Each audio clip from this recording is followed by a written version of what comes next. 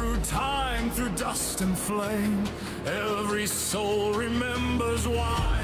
Steel and shadow mark the ground, every step a chosen fate. On the field where legends meet, we stand before the gate.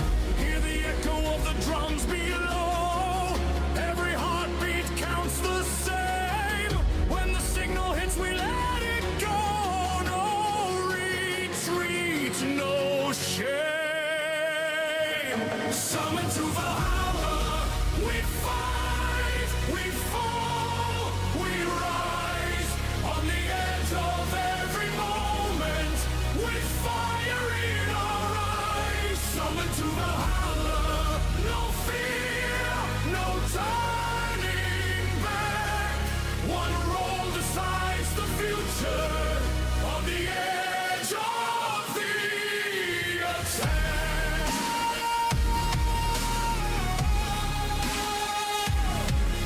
We rise tonight. Banners wave in shattered light, alliances of steel and bone. Every move a sacrifice, no one wins this war alone. From the jungle, from the stone, from the frost and burning sand, we were never meant to kneel, we were meant to stand. Every marker on the line, every choice we can't erase.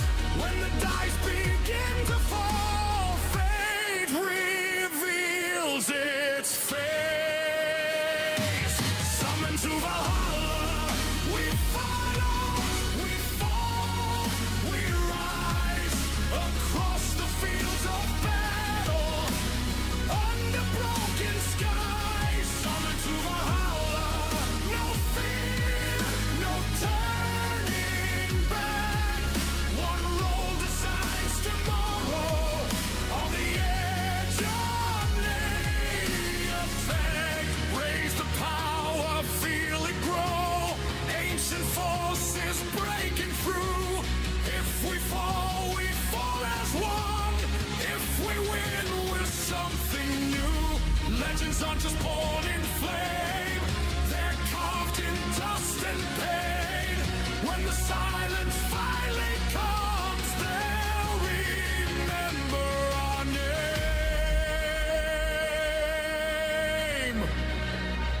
Higher, closer, now we ignite.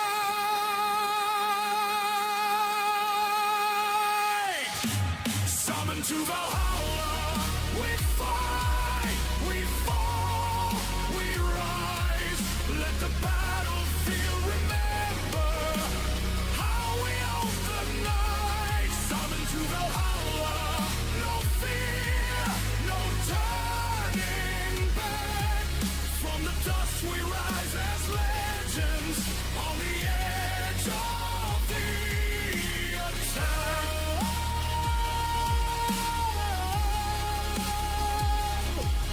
We rise, Valhalla.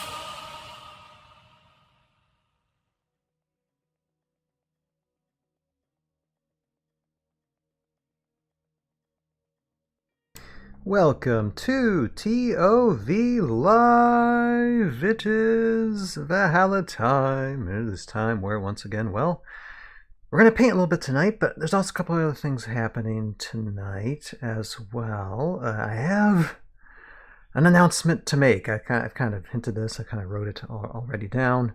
But for those of you who don't know, I've got an animated project to do, and this one, again, like I did over a year ago, is for Renegade.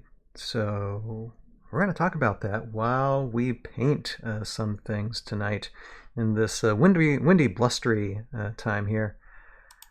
Windy, blustery stuff. Oh, here, hold on a second. I got to find the right There it is. Okay, I was hitting the wrong button. Hello, hello, hello. I am Ryan, aka Tales of Valhalla, where you see half of my head currently, because, well, I have this light that's over here that shined way too much, so I had to lower the camera down there. But yes, I am Tales of Valhalla, or you can call me Tails. I am the guy. Well, I was currently going to be painting some stuff, as well as primarily done stop motion animation storytelling with Heroscape miniatures over the course of the past 10 plus years, and made a series called Tales of Valhalla: The Aftermath Chronicles, which is a Heroscape stop motion adventure, and got 3 seasons, 3+ hours worth of content on that storytelling realm. A lot of fun.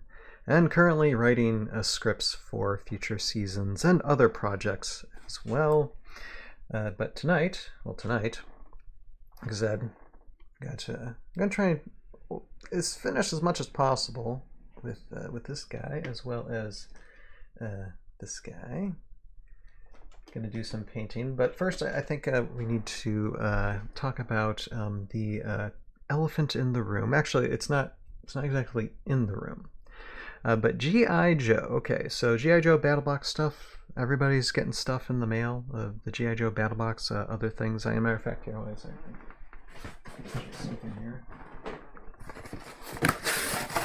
I happen to have a couple of G.I. Joe things I could actually currently at the moment. I say, oh, Melon Man, good to see you too. Oh yeah, and I want to shout out to the chat real quick too. Need to do this. Melonman is the first in the YouTube chat, and Warpig was the first in the Twitch chat, actually before even the show started, because you can do that on Twitch a little bit. So good to see you. Good to see you all. Welcome. And so yeah, you just saw those G.I. Joe minis, and I'm not going to unbox them tonight because tomorrow or into next week, what's going to happen is that I'm going to be getting 2 G.I. Joe battle boxes. And hello, Sean Carnegie. How are you doing? Hey, actually, I have I don't know if you're related to Dale Carnegie, but I got How to Win Friends and Influence People right here on the bottom of my shelf there. But welcome as well. But anyway.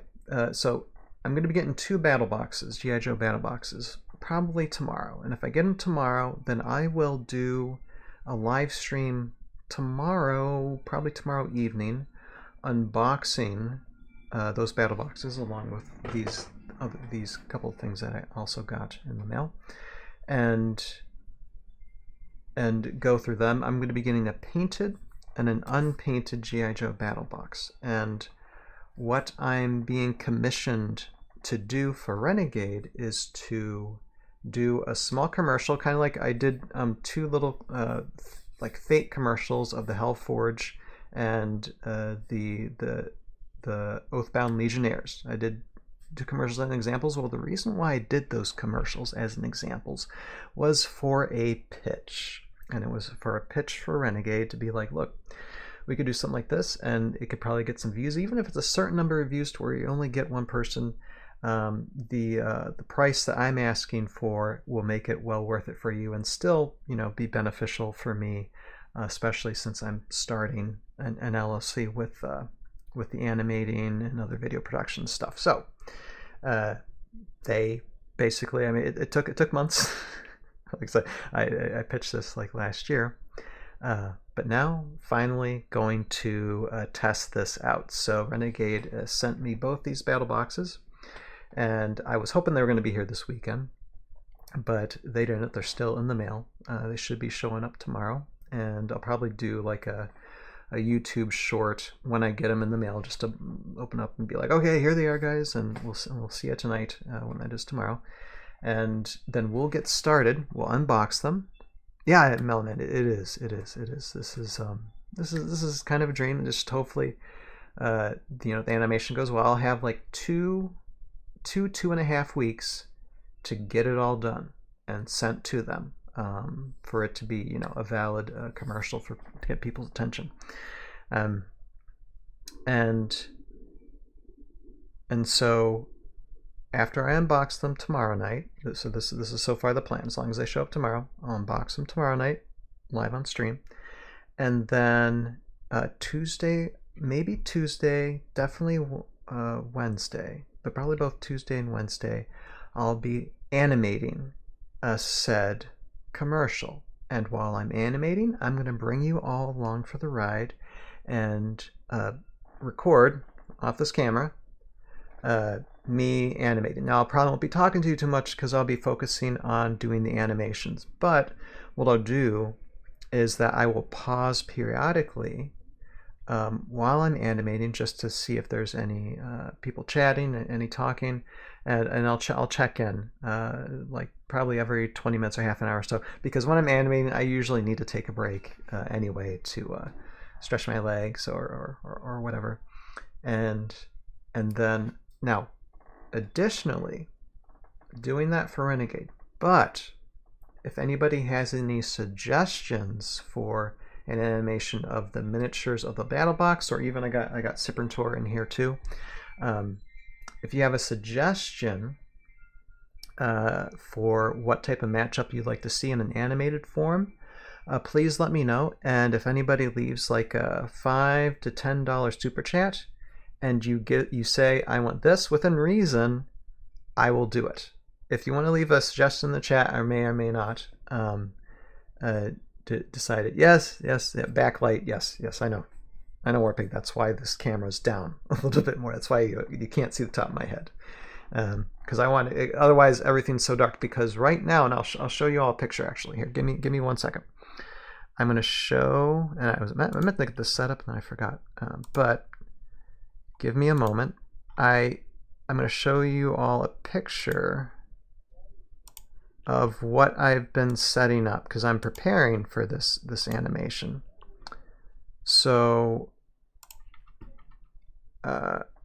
oh, the green tile is toxic glow under black light. Yeah, I'll experiment with that stuff. I'm sure it's going to look good regardless, but I'm sure there's going to be ways to get the glow out from it.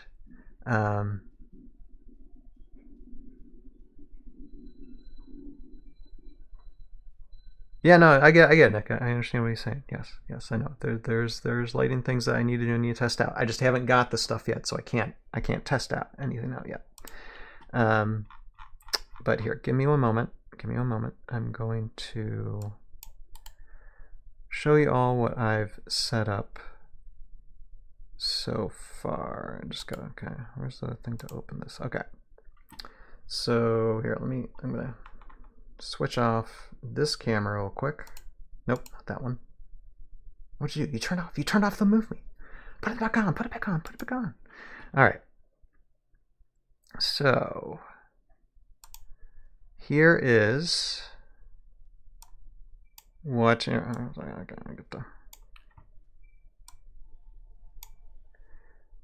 and that is like right across from me. So right now it's like half the upper room light.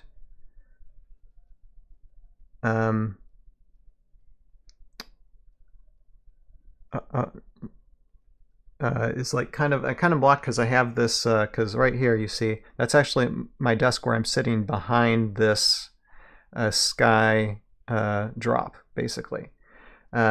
So half the light's being blocked out, so that's why I need this light like right here. Otherwise I wouldn't be able to get any light showing down here on this thing. But yeah, so this is what I've set up so far. And Nick Snyder says, nice idea with the crackling arms on that figure you got there. Also, I haven't really been communicating because my Discord has been goofy. I had to delete one I wasn't using. And thank you, Warpig. No worries, Nick. I've been busy. Like I said, I'm going to be busy the next few weeks getting this thing done. But I want to take you guys along in the process as much as I can. So unfortunately, I can't record everything, and so this is I'm just showing you what I've built so far. So here's a couple of things, and I already got, even though I don't have the rule book instructions on the battle maps in the rule book, I was able to get some photos of what they were supposed to be. Thank you, Derek, for that. I don't know if you watch this, but thank you so much. So I kind of like did some designs of what the set's going to look like based off those based off those things. So the hats are multiplying. Where's the hat? Oh no, okay, yeah, there's my hat right there. Yeah, I usually hang that hat there if I'm not wearing it currently. But yeah, so that's what that looks like. See, I'm making some type of cave here. Get these set up. As soon as I get the terrains from the battle boxes, then I'll be able to add more onto it. But that's kind of what I'm trying to get the feel of what everything's going to look like there.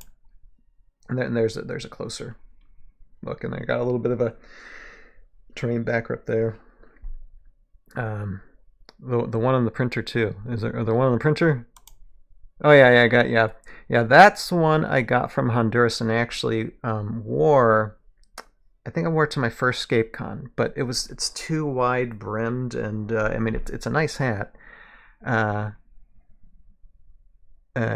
It's just a little, and usually that hat's like hanging behind me, but sometimes my my hanging rods that hold up a couple of hats I have sometimes fall off, especially when the temperature changes, like it's doing right now from hot to cold, cold to hot.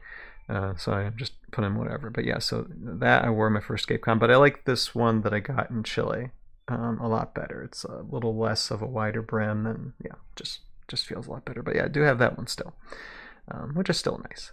So yeah, so that is what's happening with that. And here I got this pink guide set up a little bit too. But let's go back to the video here. So yeah, so that's what's going to happen. But anyway, as I was saying, if $5-10 super chat, well, if someone has a suggestion, like within reason, if they want to see Serpentor like stab Duke's heart or something like that, any type of idea,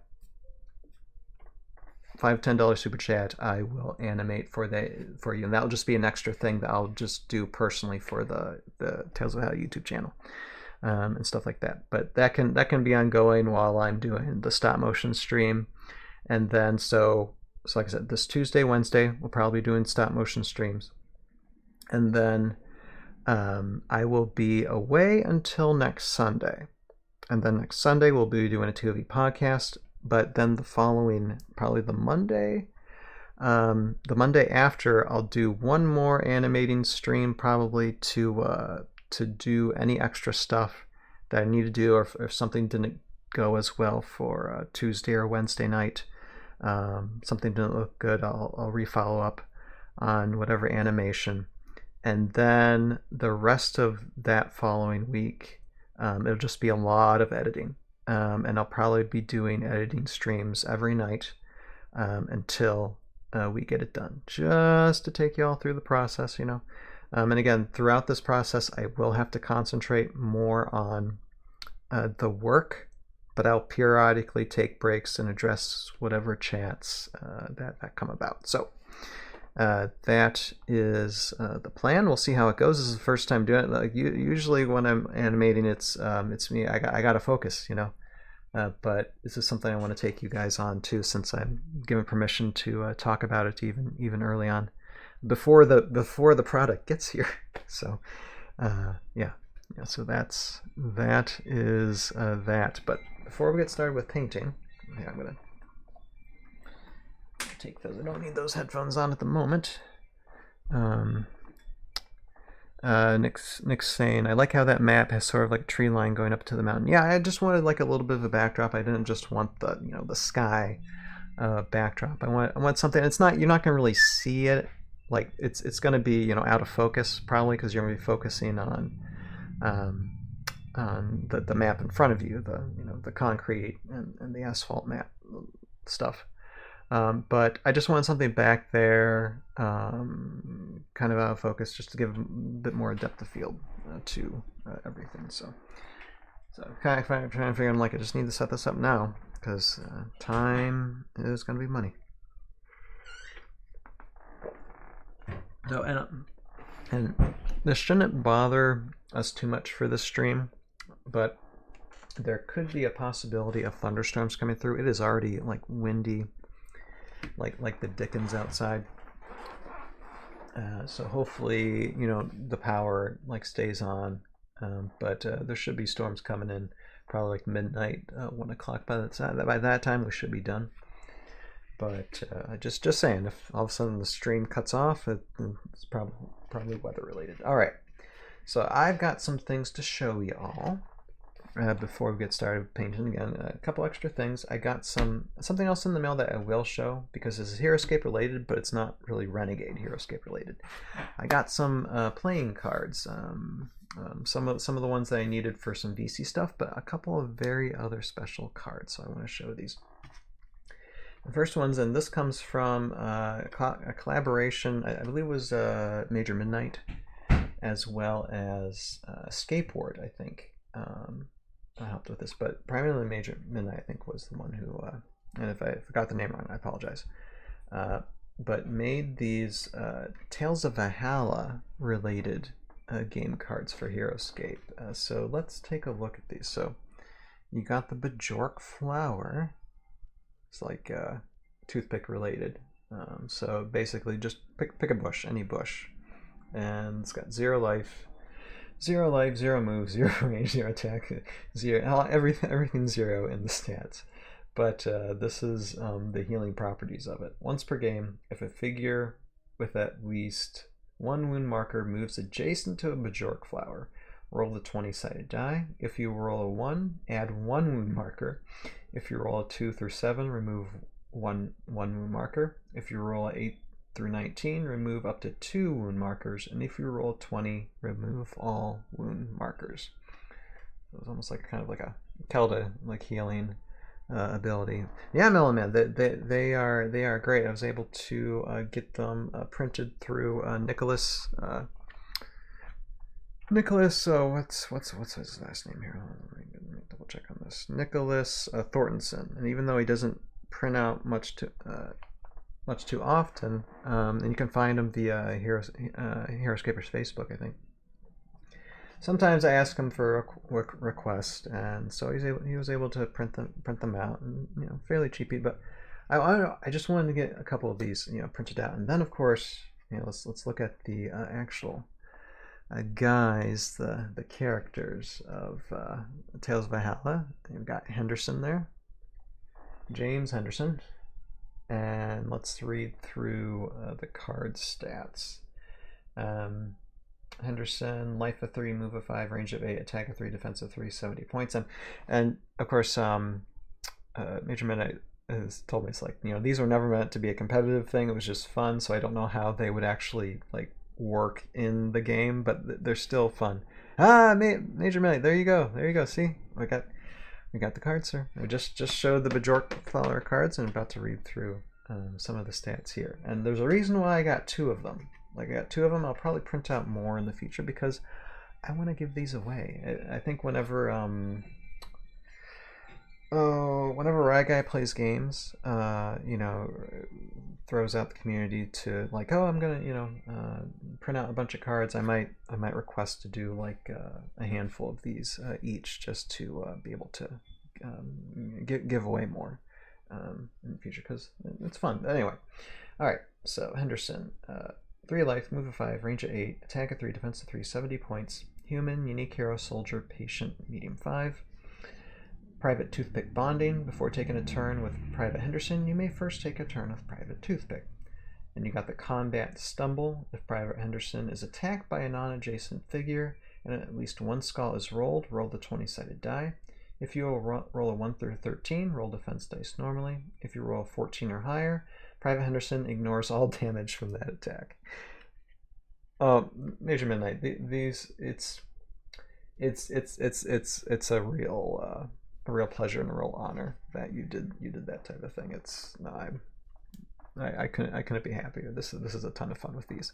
And maybe someday, like I can go on like with Joe Crazy, and we can do like a Tales of Valhalla Heroscape adventure to where people have to choose between These they could be a 4-player game, and people got to choose the characters of Lieutenant Dan, Henderson, Toothpick, and Gimp to play that said Heroscape adventure and use the powers from these cards. That would be fun. Maybe have, if you want to add a 5th person, just have Raylan tag along, or Sergeant Drake Alexander tag along.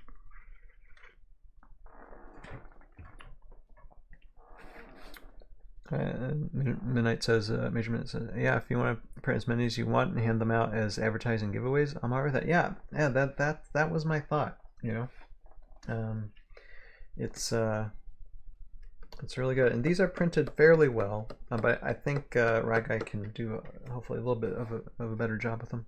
I mean, Nicholas does a great job with them, but I think next time Ragai asks them, you can print them out probably. Okay. Lieutenant Dan. Private Lieutenant Dan. 3 life, move of 5, range of 8, attack of 3, defense of 3, 110 points, human, unique hero, soldier, discipline, medium 5, demerits. And so these are, some of these abilities are based off from season 1. The things that the experiences that they went through in season 1. So it's cool that it's like callbacks to a lot of that. Demerits. After moving and before attacking with Private Lieutenant Dan, you may choose any opponent's figure with 5 clear sight spaces. Roll a 20-sided die. If you roll a 15 or higher, remove an order marker on a chosen figure at random. So a little order marker play there. And then make the sergeant proud. After taking a turn with Private Lieutenant Dan, if he inflicted at least 1 wound or destroyed a figure, you may take a turn with Sergeant Drake Alexander. So there's a little bit of a bonding there. It's a bonding that you need to do some things with it. But yeah. And Major Minute says that I didn't do it on purpose, but I like how anyone can use them. All you need is an Airborne Elite Squad. No mini painting needed. Exactly. It's like, and everybody has like Airborne Elite times 20. So yeah. And I don't mind if anybody doesn't have it. I don't mind like giving some of the ones that other Airborne Elite minis I have away with the cards either. If someone by chance doesn't exactly have them, you know, for the time being at least, I have a few, actually a lot. I think I actually have probably a lot. All right, Private Gimp. So there is that. Okay, Private Gimp, Jandar, 3 life, move of 6, range of 1. Attack 2, defensive 3, 70 points, human, unique hero, soldier, discipline, medium 5. Alright, the only one who can cook something edible. After moving and before attacking with Private Gimp, you may instead roll the 20-sided die, once for each figure adjacent to Private Gimp. If you roll a 1 through 5, nothing happens. If you roll a 6 through 15, remove 1 wound marker. If you roll a 16 through 19, remove 2 wound markers. If you roll a 20, remove 3 wound markers. Then you got Tune the Radio. Before taking a turn with Private Gimp, you may move 4 other soldiers you control up to 4 spaces each. So basically, it's like kind of like a bonding thing that keeps all the Airborne Elite together if you were to play all 4 of them at once, which is pretty nice. It's pretty nice.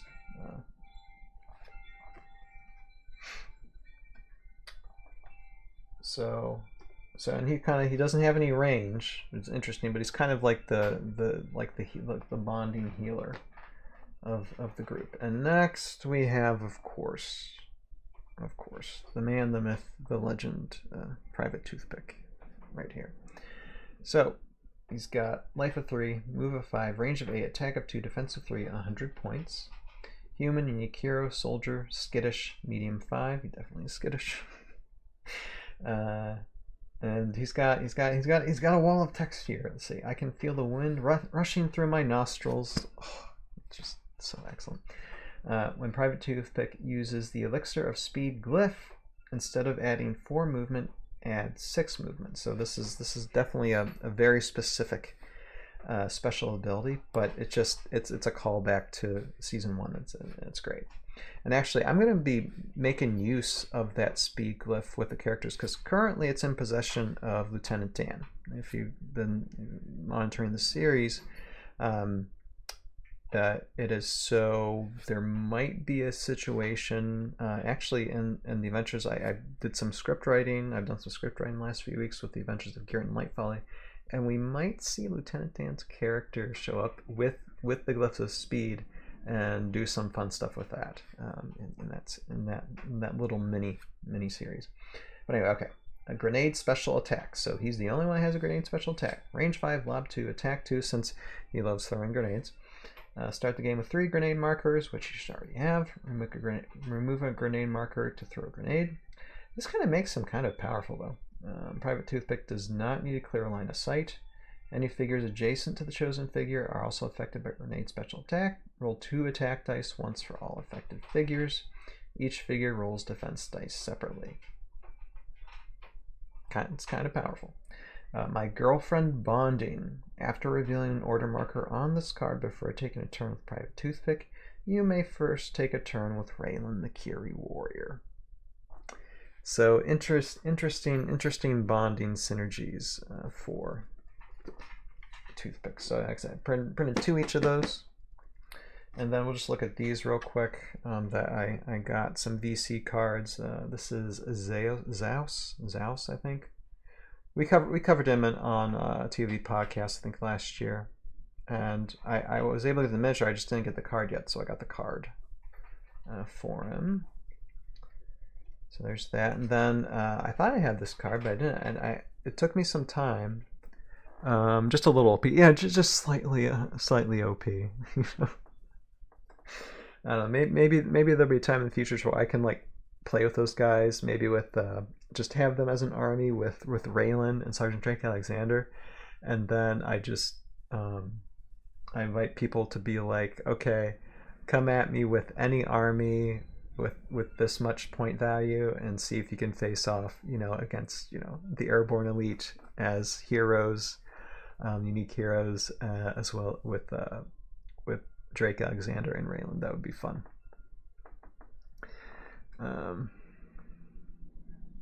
Toothpick has so many options now with 4 Raylands. Exactly, that's one thing. Yep, because it doesn't specify. So yeah, lots of options with that.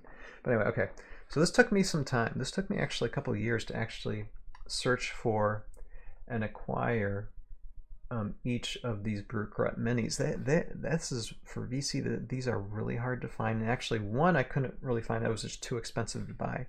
So I actually got the last one, which was I think like an orc wizard. I requested some time ago for Dice Bear Prints just to print me off like a mini model and paint it for me, and that's what I did. So that completed that squad. So I have the squad, didn't have the card. So now I have Brute card to use for whatever orc armies I choose. And then I got another thing I got from Dice Bear is an Otar mini. I didn't have the card though, so I got an Otar card for that mini. And then also I got Zedian Infantry minis from Dice Bear Prints as well. Didn't have the card, so got Zedian Infantry for some Solborg army builds, and then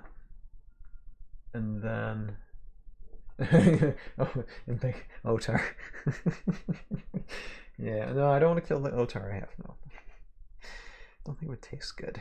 Probably really tough meat. And then I got Omegacron, because we painted an Omegacron some time ago on these painting streams, and so needed to get a card for him, so got Omegacrons. And then this is one that's going to be a giveaway, because I actually have 2 Agent Noras that I painted, and they're not bad paintings, so eventually for like a podcast stream or something, I'll probably give away an Agent Nora, because like I said, I got 2 painted and I only need 1. And so I needed a card for her to give that mini away. And then also a Buccaneers of Tortuga card, because I have a bunch of proxy minis for those. So I wanted to get a solid card for that one. So yeah, that's a little bit of a mini mailbag that I got from him. We need more pigs, because Warpig. Oh yeah. That's a VC pig. we need to get like some Renegade ones. I will sign that petition, Warpig, for sure. All right. So how about we get to some painting now? I actually did some painting with my son last week, and he started painting his crabs because he wanted the crabs. So that's him just slapping on the red. It was actually we mixed a couple of colors, but primarily it's red for these crabs. So they're ready for him because he wants to make the chain like white, and I don't know what he's going to do with the hammer and the knife, but I'm sure he'll come up with what colors to paint for them. So he's very glossy. Yeah. That was a. He definitely slapped on way too much paint. Major Minute says, sorry I can't stay longer. I gotta hit the hay. I'm thrilled that you enjoy them. Have a good night, y'all. Good luck with your paints. Have to watch replay later. Yeah, please do, Major Midnight, because one thing I mentioned too, that next couple weeks I'm going to be doing a stop motion animation basically project for Renegade. It's going to be like a paid project. I have like a little over 2 weeks to do it. Going to be getting the boxes tomorrow and doing an unboxing tomorrow of them. And so Warpig, do you want me to jump in on the Discord? You mean to talk? I think I did all the talking that I need to do with everything. I'll just start painting. So here, I'm gonna get the earbud thing, and I think that is possible. Just be our audios. So yeah, Warpig, go ahead. That's fine. Because I don't know how long I'm gonna paint tonight. Because there's still things I gotta like set up and stuff, but yeah. But anyway, Major Midnight. So yeah, there's gonna be a lot of things happening next few weeks doing that for Renegade. So, but here, let me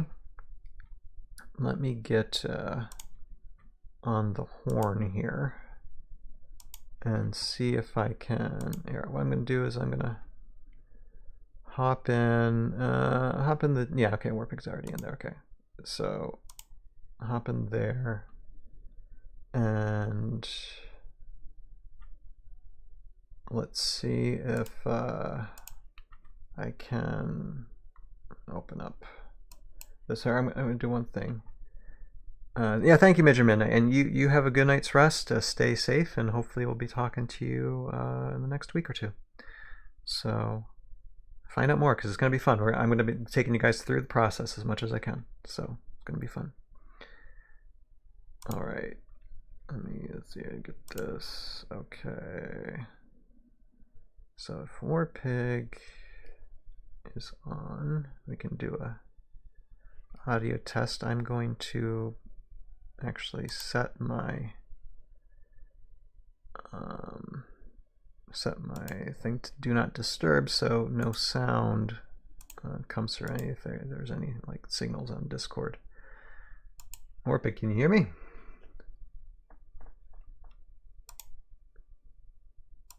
Hello. I know I heard the Discord signal thing, so let's see if he'll. Yeah, I'm on. All right, I'm good. on. All right, cool. And yeah, I see levels on you, so you're looking good there. All right. So I'm talking while I do this. All right, but yeah. So my son worked on those crabs. And now I'm going to start wrapping up. So when my son was working on the crabs, I started like adding brown to these bases. Although it's like they still need to add more, added brown to like the ice-neck there. But I'm gonna work on this guy first.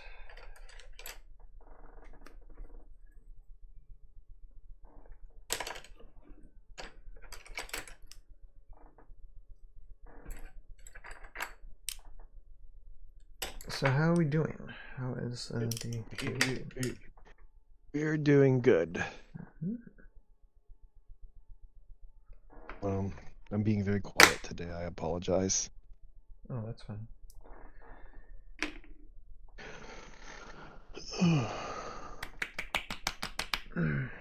Yeah, and the audience just dropped just like that. Boom. It's like, okay, exciting stuff done. He's just painting. Boring. Alright. So you are working on the Nautilus, the cracking length. Yeah, just a little bit. I just want to get like this upper fringe on here just a little bit more golden. I think everything else is fine. As good as I possibly can get it. Are you talking like a metallic gold, or are you talking like more like an ochre? Yeah, more like brownish gold. Or I'm actually gonna add a little red to this. Just a slight red, just to have it try and blend in with this. Like I want to keep this part. Actually, I was get this closer. I'm gonna try and keep this part not gold. Just these tips. Just a little bit of gold. The actual teeth of the blade. Yeah.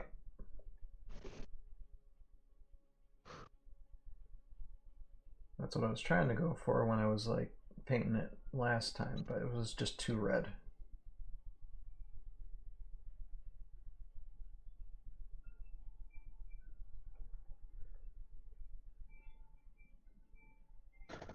Layers are good. Hmm. But most of the time I really don't know what I'm doing. No, it's way too much. Are you trying to get a fade going from the gold to the red? No, not really. A very easy way to, if you that was going to be where you were going, is a technique called loaded brush. Mm-hmm. It's hard to control, but easy to get fades when you're first learning, when you don't know how to wet blend yet. Where you load the brush up with one color, and then you dip the already loaded brush into the other color. And what happens is as you're painting, you start to peel off the outer layers of paint, which was the second color you dipped in, and it will slowly start to fade into the first color you dipped into. Ah. So like if I put it in brown, if I dip it and put it in brown and do that type of thing. Yeah. I can see that.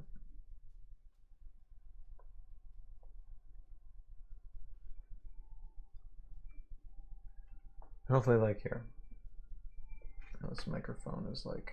Hopefully, I can be heard okay through this. Probably not I enough. muted the stream. I was getting echoes on my end, and I Oh didn't yeah, want them yeah, to reverberate in. yeah. The reverberation. That's probably better though.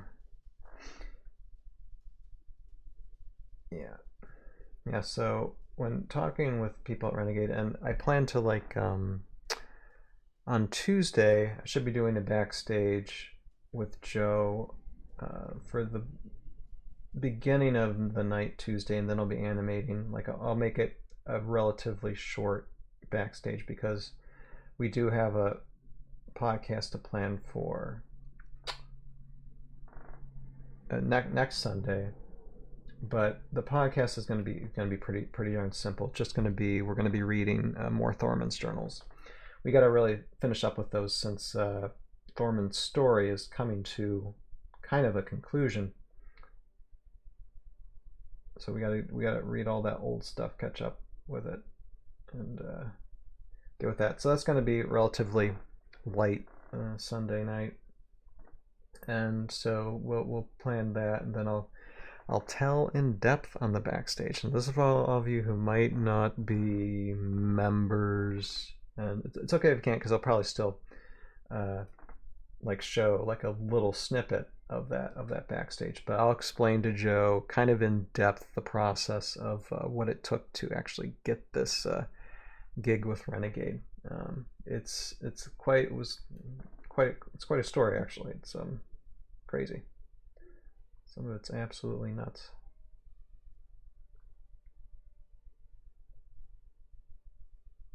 I had to, in a lot of ways, learn to be a salesman. So.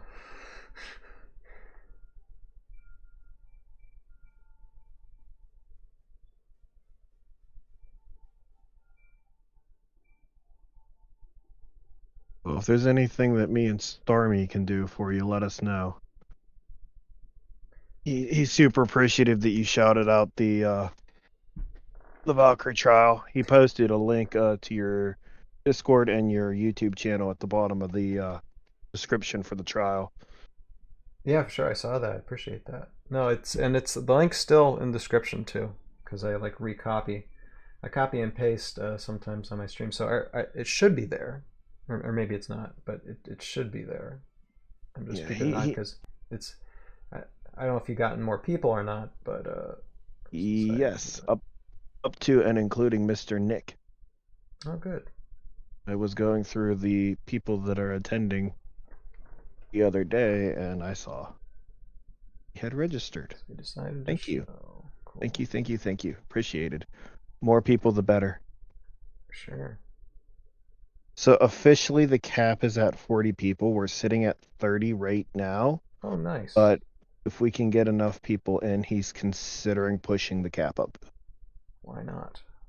So that's cool. So yeah. So don't let the cap stop you from applying to join for sure.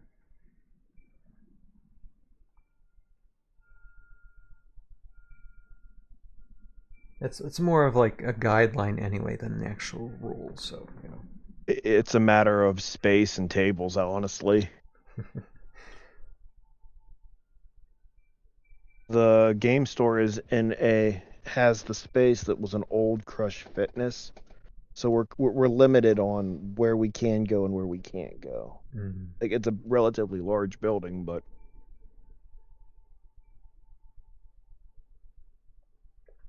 yeah, this gold works for sure.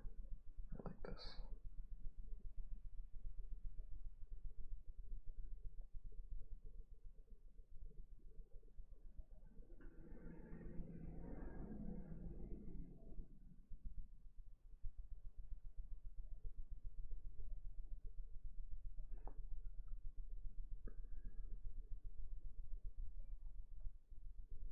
you're getting kind of low on the screen, by the way. You're going off screen a bit.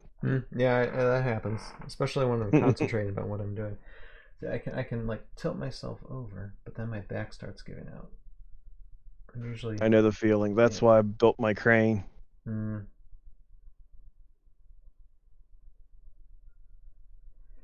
Yeah, I do have like this. It's kind of like an extension. It's actually what's it called? A selfie stick that I have attached to the webcam, so it like points down. So technically, I could put it closer to me, but I like seeing all this, and I don't want it like everything exactly on my torso right there, because sometimes it's like the good old ostomy bag just likes to stick out, and that's not for fun viewing really.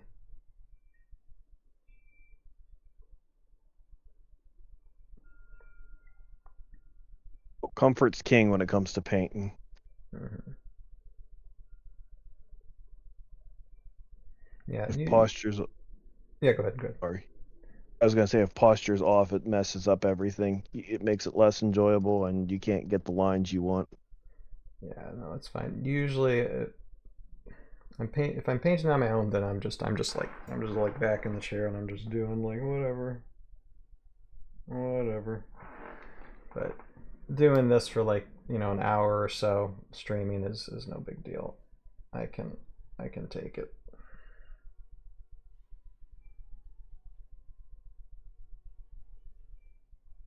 Also, getting your work surface up, if you tend to do wrists on the table kind of support, so you're not floaty float. What I used to do, because a lot of things that works too. Elbows works too if you want to walk in like that. But what I used to do is I used to set up a box right on my table, and I would have all my stuff, my paper towel, my palette, all that sitting on top of that box so that I could rest my wrist on the edge of that box. Have it be a little bit more elevated. Yeah. But locking in, it makes you able to have much more precision in your brush strokes and your lines. Not only that, but what you're doing right now is making it a lot easier to see too. Yes, this is fine. Yeah. I mean, I can kind of see from this angle, although I like looking down usually when I'm doing stuff. Looking up, that kind of strains the neck, you know, a little bit. Yeah, it's nice when your seat's a bit lower and your desk is up a bit higher. And this is 'Cause then you exactly can what lock- this is. Yeah. Okay, that is fine. I think that is just fine.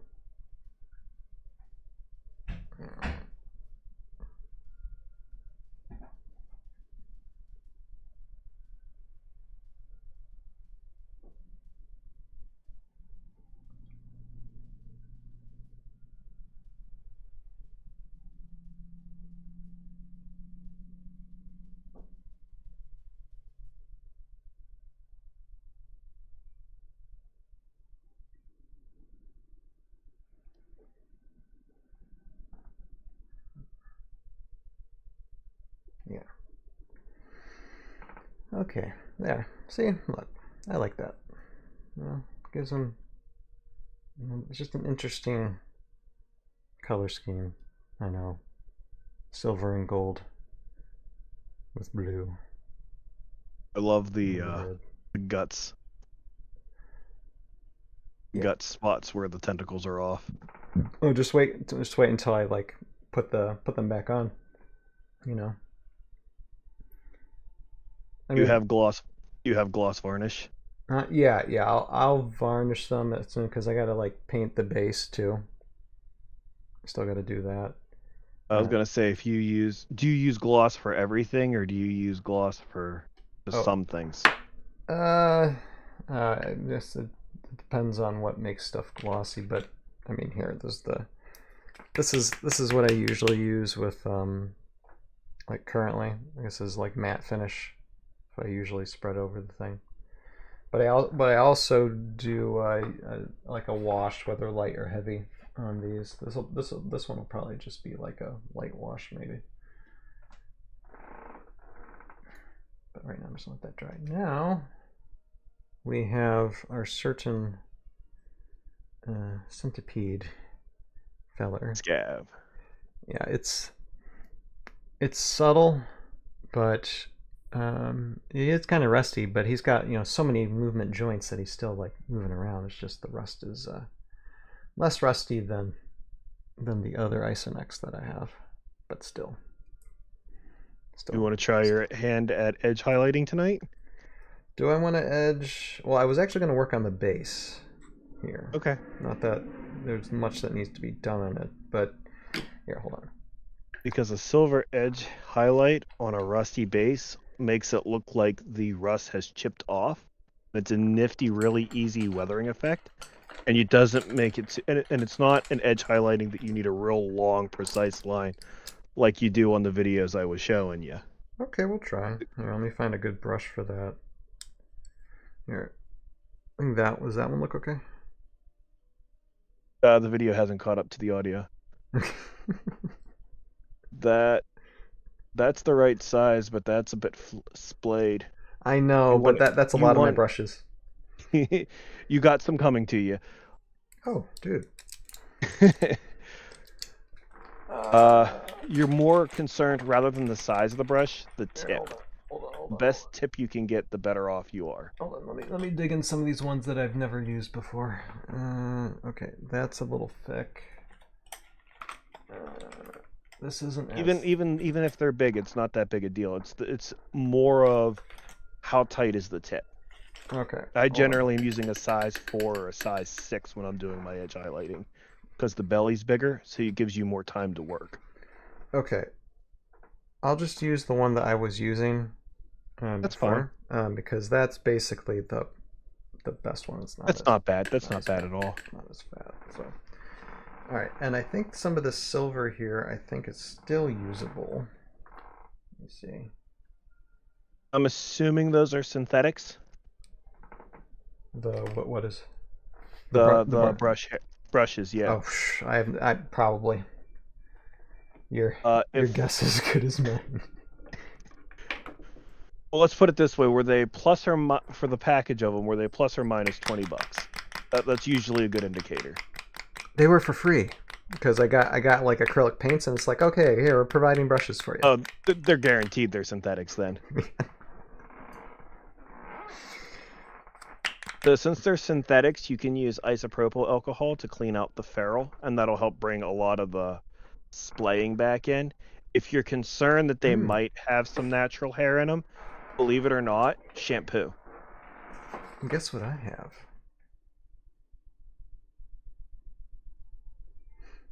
Yep. Within reach. Yep. You still got a bottle cap within reach? Huh? You can make one. Or any little dish, for that matter. I mean, is this just to clean the brush, basically? Yeah, you fill the cap with the ISO, and you can go back and forth. You can watch the crap come out of the ferrule. Do not You may inhale. or may not. Oh, absolutely not. There. You could clean your hands too while you're at it, you know? Yeah. Use one of the brushes you're not going to use right away, because whatever brush you pick is going to be out of use for a little bit. Okay, I'll use a small one then. The scuzzier the better, because then you'll see the results quicker. Oh, okay. Yeah, let me try and find. Well, let me go to this one that I was suggesting to use earlier. Let's see what happens. So you just put it in for how long? Back and forth until you see the crap come out. Okay. I have to do this to all the brushes now. Yep. You can get a little more life out of them. Brushes are expensive and they're hard to find.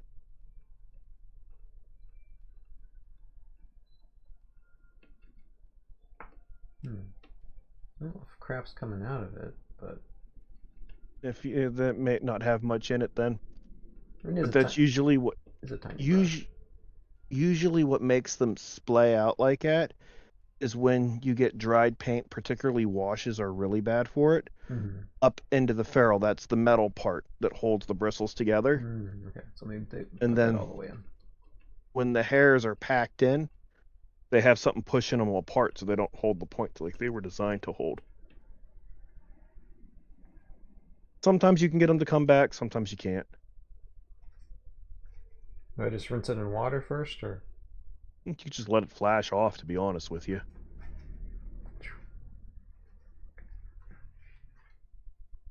Okay, do not inhale.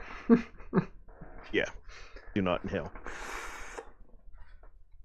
And then if you have natural hair brushes that are a little more expensive, use like literally the shampoo you'd use for the hair on your head, because their natural hair is just like your hair is. Yep. You still got a pretty good fork in that one. Yeah. No, should I put it back in, or? That's completely up to you if you think you can save it or not. I'll still use it.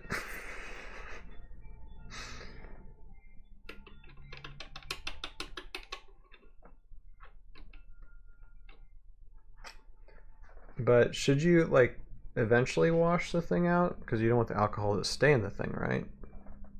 It'll evaporate out on its own. It'll flash off. Okay. And then when you go to use the brush to paint, just running it through the water pot to get it ready to dip into the paint is more than enough. Okay. So how long does that take to dry out then? Depends on what strength you had. What, 91? I saw in that bottle. Yes. Probably maybe 5-10 minutes. It'll be good. Oh, okay. Should I use though another brush like this brush at the moment to do whatever you want to do? Yeah. Edge highlighting is fine. Okay, what should we highlight then? So let me grab a scav of my own real quick, so I can see the sculpt a little better.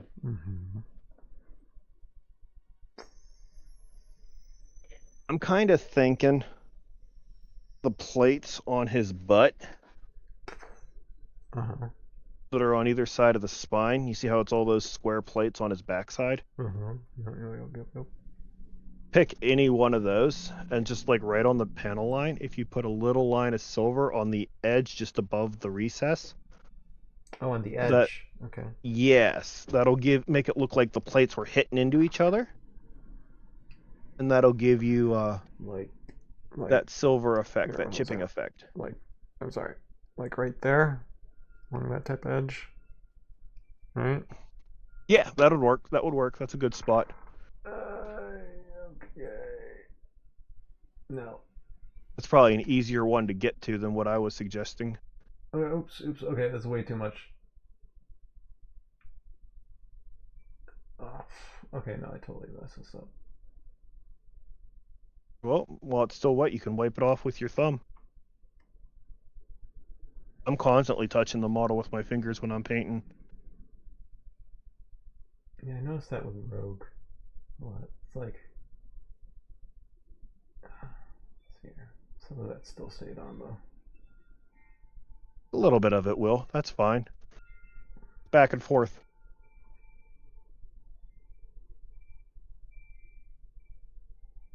Okay. And it may look a little bit weird on the first few, but after you get that highlight built down in a couple different spots, it'll start to look really intentional. And you don't have to go the full edge. Like you can go just a little dot here and then leave it rusty and then go another little bit. Okay. Try another one here. If you do go the full edge, it's fine. It just means that you're showing that that's a place that's getting touched and bumped more.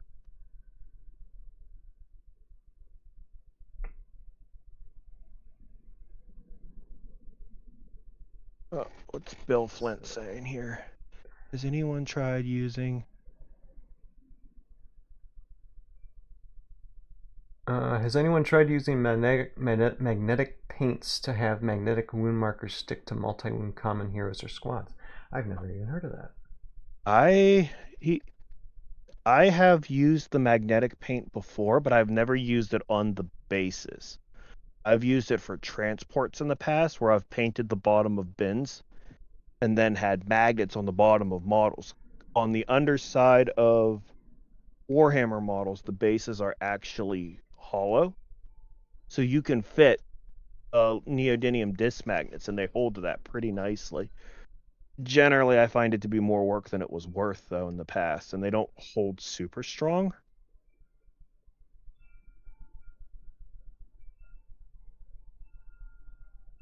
It is a neat idea, though. Yeah. Well, and Bill, like these, I just hollowed out. Like, of course, I cut the tentacles in half here on the Krakenling, and then without trying to break apart, because this is a very thin type of tube you're trying to make out of. Like with an X-Acto knife, a very thin X-Acto knife, you just start slowly hollowing out the ends until it's deep enough to put, like I have these little magnetic discs, very tiny, to where I was able to be like, okay, this feels like it can fit. I feel like it could fit in, and then I got some super glue and just shoved them in and held them. So that's what I did. Hey, Roguescaper, I'm learning edge highlighting. I'm doing an edge highlighting thing. Warpig's showing me the ropes when it comes to that. So silver edge highlighting on a rusty surface, so that way even if the edge highlights end up a little lumpy, they still look okay. That's fine.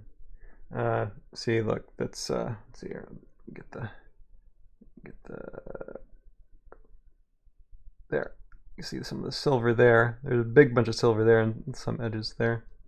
All right, so I'm just like you were suggesting, just adding just a little bit in some spots, not much in others.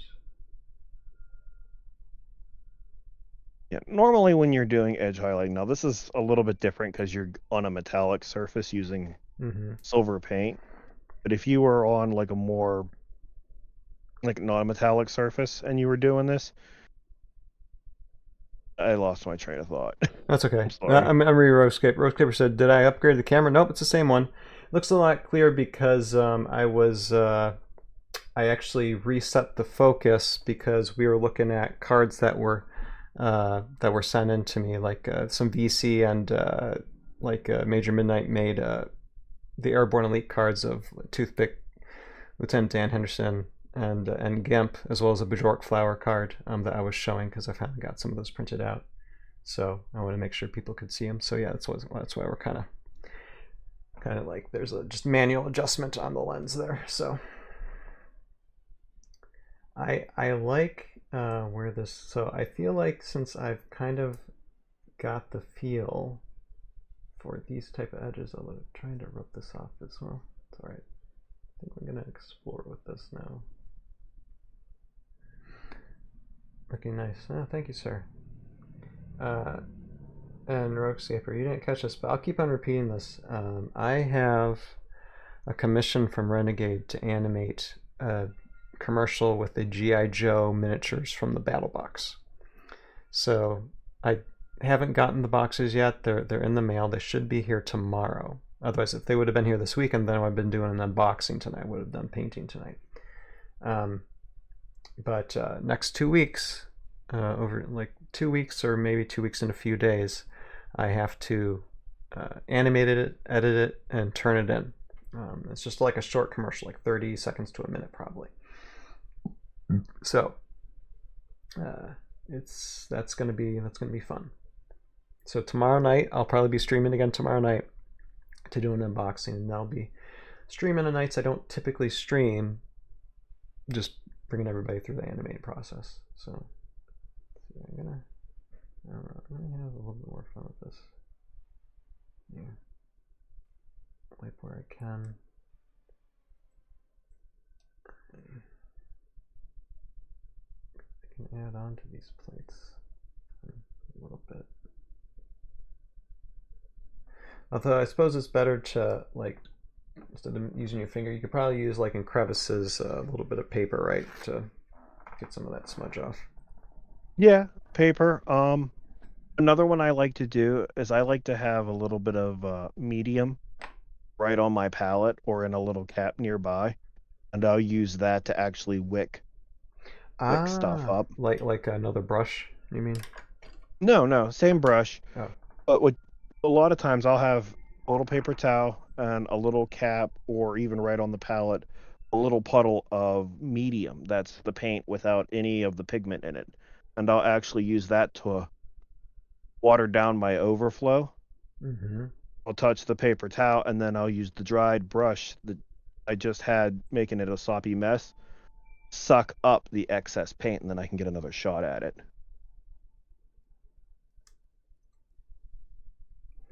Actually, I had highlighting some of these mandibles that have like a little bit of black on them.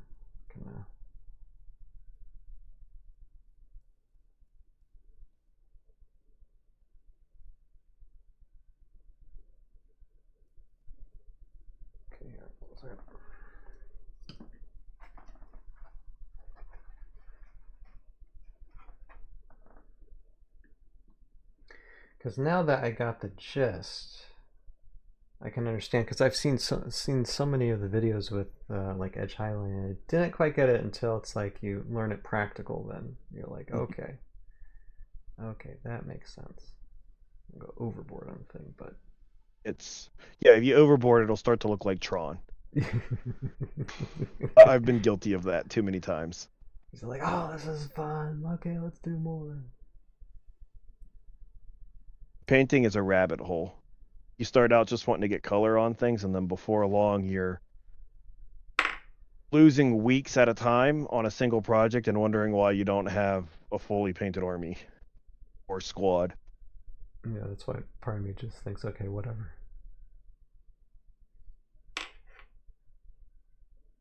At least it's got something on it, you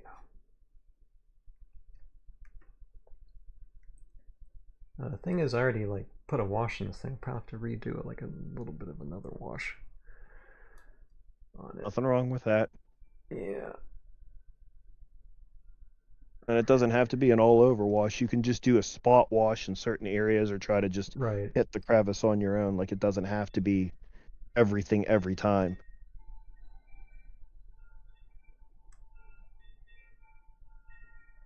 I like that. Just on the back. And I'm just like edging like some of these mandibles here too. that are like along the side, just some of them that have just maybe a little bit of black on them, and just because they're still crawling around, you know.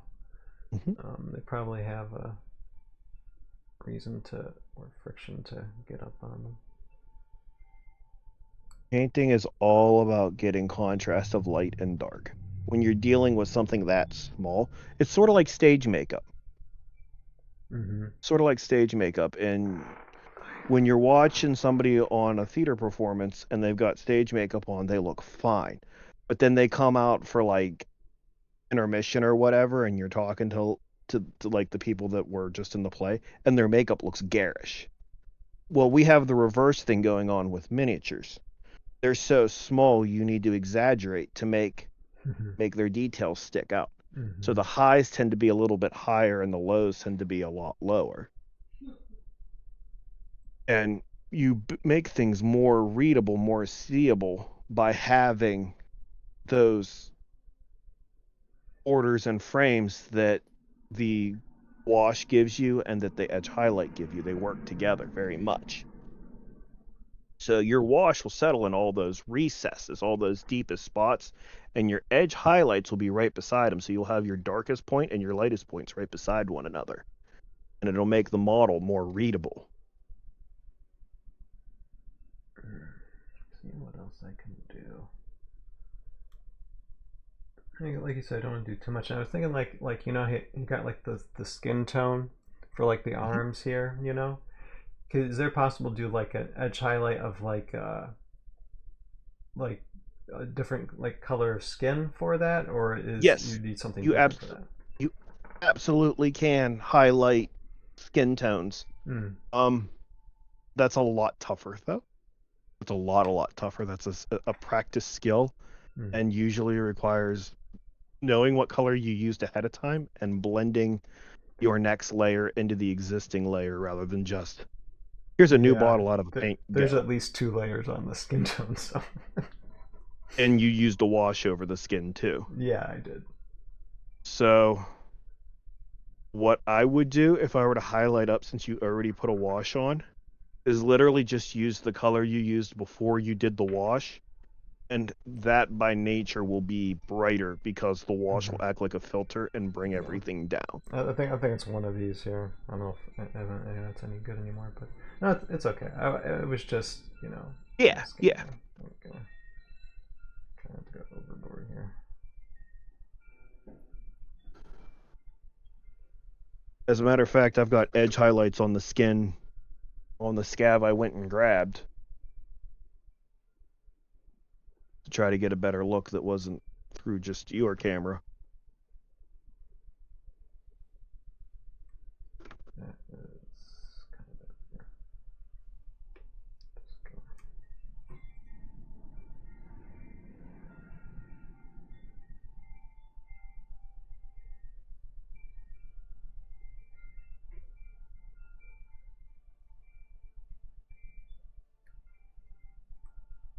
Alright, well, I don't want to go, like you said, I don't want to go overboard too much, so I think that will be fine.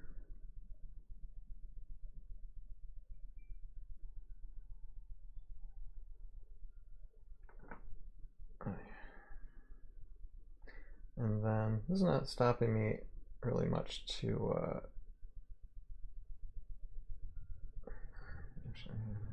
cover that top bar a little bit too.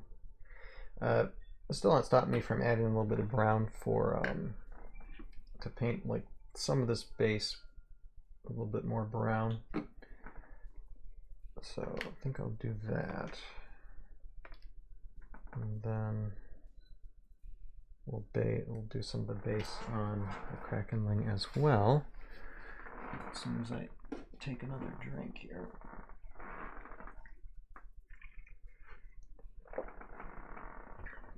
And then I check the weather radar too, because I want to see if there are any close, because storms are coming. Just need to see how far along they are. Okay, yeah, still hasn't even reached Bowling Green yet, so it's still plenty of ways away here. I won't be getting them till Monday. Yeah, well, I mean, we'll get storms. I mean, more than likely it'll be like around 1, 2 o'clock in the morning, and we're getting whatever we're getting, and then we probably have snow, or probably just flurries. My son was so excited when we mentioned snow. He's like, "Oh, can we like after school? Could we just go sledding?" I'm like, "Jose, it's not going to be that type of snow. It's the annoying kind. Probably just get flurries, He's like, "Oh," I'm like, "Yeah, no, I'm sorry, but." Yes, lots of strong angles on the eyes and X for edge highlighting. They're a good army for learning how to paint on. I might have to go through the other ice next I did and maybe try and do a little silver edge highlighting on them. Not this stream, but maybe in the future. The Iron Lich particularly is an amazing model for learning on. There's lots of all sorts of different kinds of shapes, and you can get as carried away with it or as laid back with it as you want. Lots of textures that can pick up dry brushing if you want to do that. You can do edge highlighting, pick out big long edges. There's lots of smooth surfaces for practicing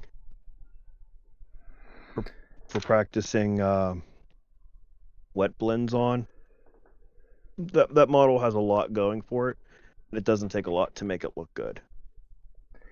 Heroscaper saying, today started at 74 degrees and now is the blizzard at 30 miles per hour winds. Dude, my goodness. Yeah. It's crazy. I don't think we're going to get a blizzard here, but it's definitely really, really windy outside right now.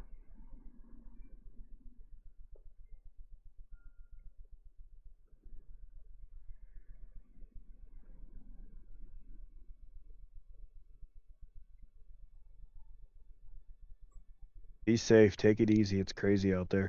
Yeah.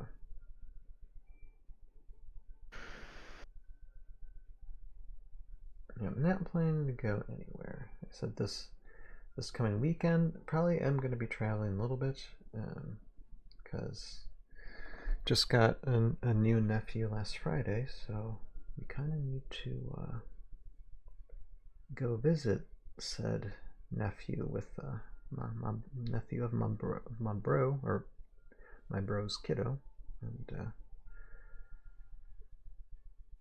see that bit of family. So, but not going to take me away from stuff too much. Still have plenty of time to do the things I need to do.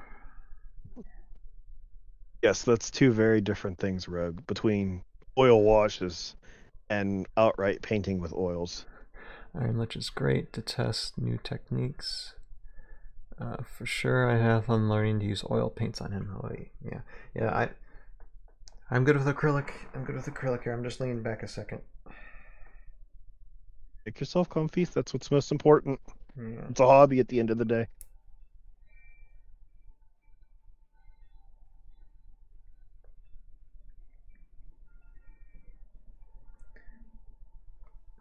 And actually, one thing. Let's see, where are we at? Okay, an hour and 20 minutes. Okay. So yeah, I don't see myself going much longer in the stream. I wasn't planning to stream too long tonight because I still got a lot of stuff to prep for in the studio right next to me. Because I might, like, when I do an unboxing tomorrow night, I might start just prepping animation tomorrow night too after that stream's done, just so come Tuesday night I'm ready to go and I know what I'm doing with it. And if anybody's going to make any requests for like any additional stuff that I could do with the G.I. Joe minis, then I will. Oh, and the reason why they're giving me a painted and unpainted box, because there's a certain part, because in a commercial you want to see, if there's a similar product of whatever the products are, then you want to see both. So I wasn't able to do this with, like, when I did the mock commercials of the Hellforge and the Phalanx. But what you can do if you got to paint and unpainted something, you can just twirl them around and then do like a flash, bam, and then voila, unpainted. You see unpainted, and you can kind of even do a transition of the box to show the unpainted box, and then have them spin around again, boom, with the power of editing, and then they go back to their painted forms, just so the audience knows, oh, there's two options for these. And quite frankly, showing, like, seeing Heroscaper's unboxing stream, the unpainted sculpts look incredible compared to like the painted stuff. So a lot of people were complaining about the pupils this time around that they painted on them. Yeah, I've seen some pictures, but I gotta look at it myself. Starmy was showing me one where somebody got a misprinted roadblock where his pupils weren't even in his eyes and he had 3 pupils. I hope I get good painted minis, otherwise that's going to be really difficult to animate. Be like, most of them look alright though. Like, it's just, guys, you sent me this, and this is what it looks like on the screen. So if you're okay with that, then we can go ahead with this. But I am not a big fan of painted pupils on models in general.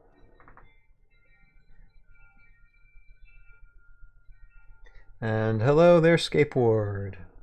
How are you doing? Hopefully you're staying warm. Staying good, staying well. Working hard. Your Heroscape, your eyes look pretty good comparably. Yeah, and you did great with the minis you painted for me for the On Thin Ice short as well. Like especially Levy Attack Size, which I'm sure weren't easy to do, but you did a good job with them. Okay. So yeah, a little bit of edge highlighting in the back. It's not anything that needs to stand out, just subtle. And you can tell. It's like and I'll probably do like a little bit, probably off screen, because I want to finish this and put a finish on it probably in the next few weeks. But add like a little bit of the wash to some of those areas to darken them. But like I said, with like some of the things when you do like video editing and animating, when you add some sound effects that you like, it affects the subconscious, and if it wasn't there, your subconscious, while watching it, would realize something's missing, although you wouldn't be able to pin it.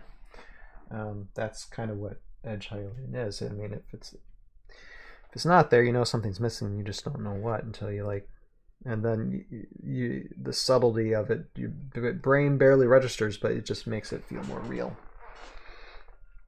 Skippers, I don't like white eyes with a black dot. I like colored eyes, a lot easier to do. Yeah, it's the thing with like Airborne Elite minis and stuff. It's actually just more like just shade.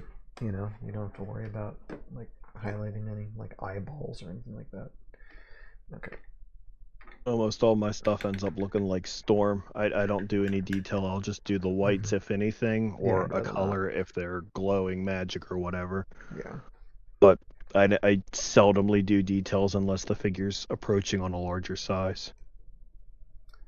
Okay, let's get this Krakenling base on more.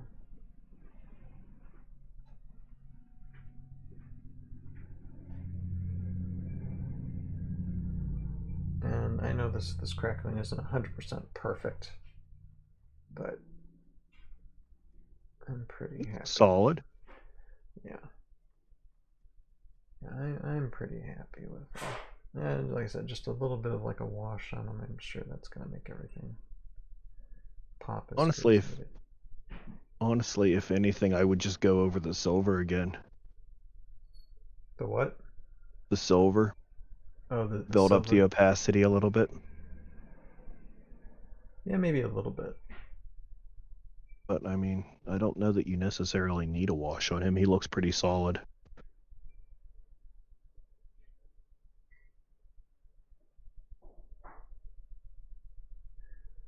But whenever I get to finish, and then be able to like put the other tentacles attached to that, and it still looks like, you know, he's got like a horribly mangled tentacles, but they're just, you know, they're fun to take off if he takes a wound, you know. Then you take both off to signify he did. It's very impressive that you were able to get that to work with the CO cast. Yeah. It was an experiment, you know. That's why I got one unpainted, because I'm like, you know what? I'm just, somebody suggested it, and I'm like, you know what? I'm just gonna try it out and see how I can do it, because I had little magnets, so it's like, let me try. And you can even play them with just the bloody stumps too. That would actually be fun. Don't let him get close to you. He'll bleed on you. Careful, he'll bleed all over you.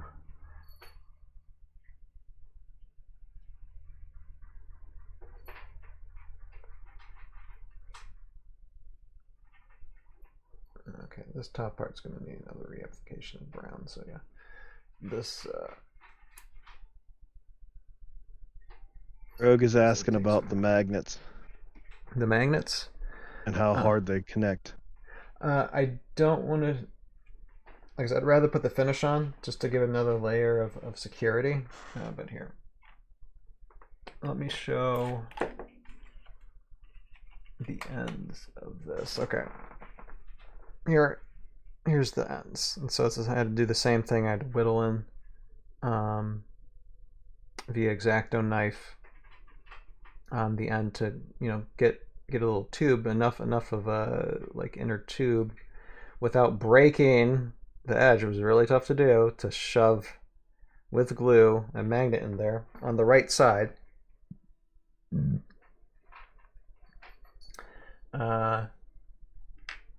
then same time not to share. Wait, what was the question again? How will do the magnets attach? Okay, yeah. So I'll just show this a little bit. They attach pretty darn good.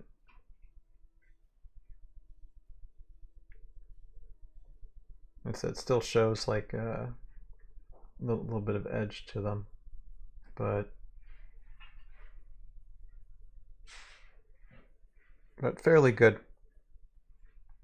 for what's needed from it. Again, I don't want to, because the paint, I'm keeping them apart until, like I said, the finish is on, so the paint doesn't rip off as much. Because the paint does like kind of rip off if you don't have like a secure layer on it. So, but yeah, that's it. So yeah, I know it is pretty good. Now, I think like there was like making, like carving out the insides of the thing. I mean, it's doable, but it is a very narrow tube, this thing. So there was one edge to where it started like snapping off like on the side a little bit and breaking apart. So I had to be very careful with it. So maybe in the future I get like a smaller magnet, but those are the magnets that I had. So anyway, what's the time? Well, okay, an hour 30 minutes into this, almost 11. I think I will wrap, since was, like I said, was trying to make tonight kind of short, because if I'm going to be streaming tomorrow night, Tuesday night, and Wednesday night, gonna have to the eyes look like old claymation back in the day. Yeah. Okay, and I'll probably do some more cleaning of said brushes. Actually, wait, I'm gonna do this brush, because this brush is so tiny. But I'm gonna see if I can. I'm just gonna real quick. I'll do more off stream, but. And I can, like, if you want, I can go find some links to show you how the process goes a little bit better. But it's pretty much what you got going on. Mm-hmm. I just know don't inhale. Don't inhale. No. And you see the fun colors. Yeah, no, it's starting to get a little cloudy. Yeah, I'll just leave that to you. Let me just look at this other one that we did clean. It's not as frayed, but still kind of fray. Yeah. Small brushes are harder to bring back than the bigger ones, but you can sometimes. Okay. So what I'll do is before we close, because some of you, I think some new people might be hopping in. So again, gonna be getting 2 versions of the G.I. Joe Battle Box, painted, unpainted. Gonna be animating it for Renegade over the course of the next few weeks. Gonna bring you all in the process and be streaming a lot more, kind of showing that process, the animating process and stuff. And if you want anything done within reason, for the Battle Box minis, animated one way fighting pose, or someone taking out somebody. Again, I can use wound tokens. Using wound tokens is fun. You can make a suggestion via the regular chat or comments below, or you can leave like a $5 to $10 super chat, super thanks, or even like a link description below if you want to just send money directly to PayPal with a message of what you want done. Then I will definitely, again, within reason, I'll definitely do either what you suggest or a variation of it. It just depends. Like, if you're gonna like say, oh, then have them fly through the air and break apart a bunch of terrain, that's probably going to be outside of that paywall. It'll probably take way too long. But within reason, no voices, Roguescaper is actually like I did request 2 small voices, but for the reason why I can do these commercials cheaply is that there's no voiceovers. It's just some action real quick, and then you show the box, and so it's commercial. It's more of an advertising, not story. So but if we do something with Snake Eyes in the future that does require story, I will definitely keep you in mind.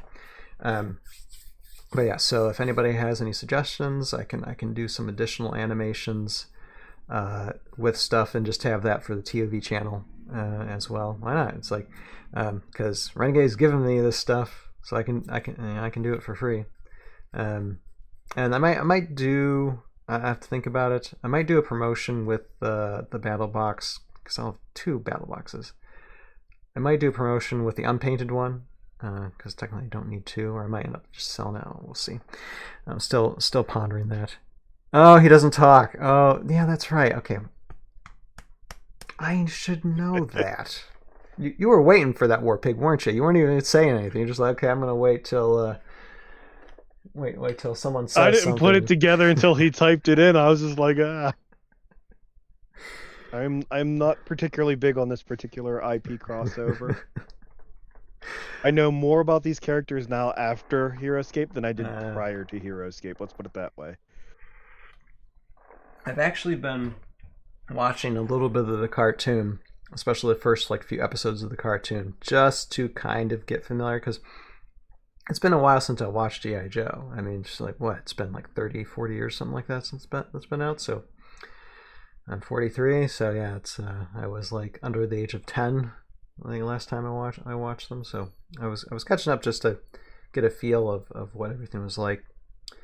But like I said, any free suggestions, I'll consider it. Any super chat suggestions, something will get done. Request for that.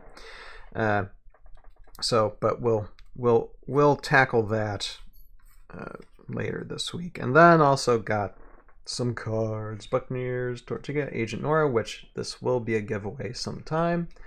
Megacron, Zedian Infantry, Otar, Brute Gruts, Zeus, and then our own ToV characters: Toothpick cards, Private Gimp, Lieutenant Dan, Henderson, made by Major Midnight too. A great thank you so much, Major Minute, again, for making these, which I do not have time to do for.